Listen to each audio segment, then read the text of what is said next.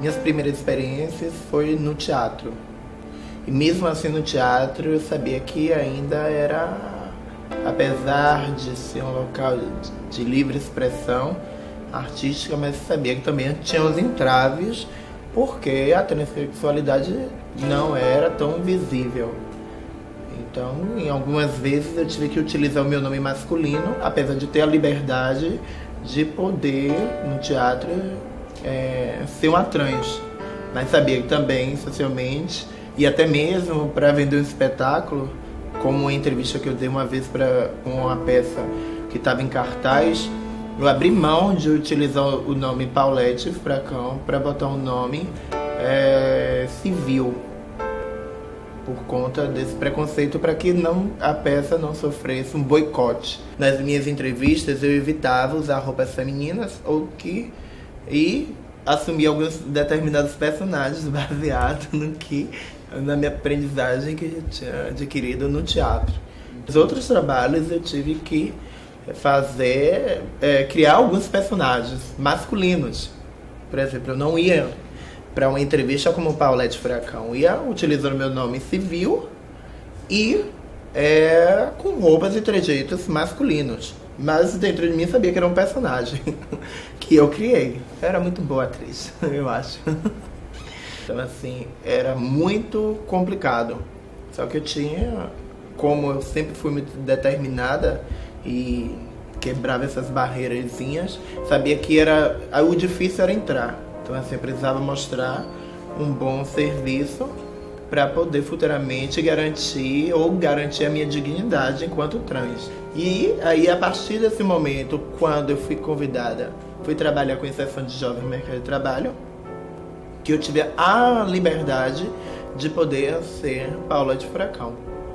Sabia que na época, quando eu pude, na verdade, eu acho que já foi na fase adulta, quando pude utilizar o meu nome civil, meu nome social, nesse primeiro trabalho enquanto Paulette Furacão, lembro que tive dificuldades, na verdade, e o mais engraçado de tudo, sabendo, já tinha uma qualificação profissional nesse trabalho de inserção.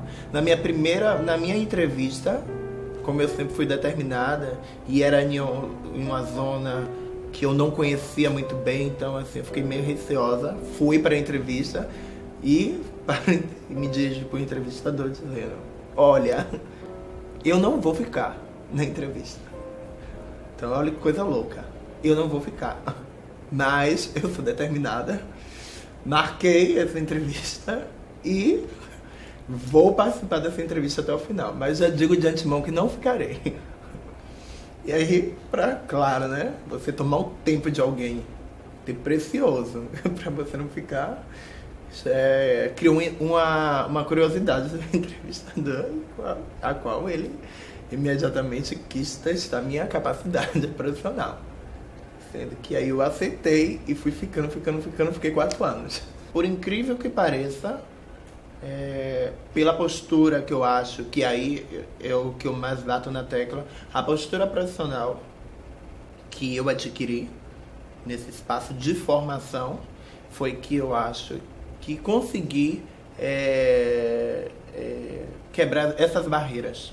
Eu mantinha uma postura profissional, sendo que era sempre apresentada como Paulette Furacão. Aí que eu vim entender que, na verdade, era uma questão muito mais do ambiente de trabalho e da postura profissional do que a condição de ser uma trans.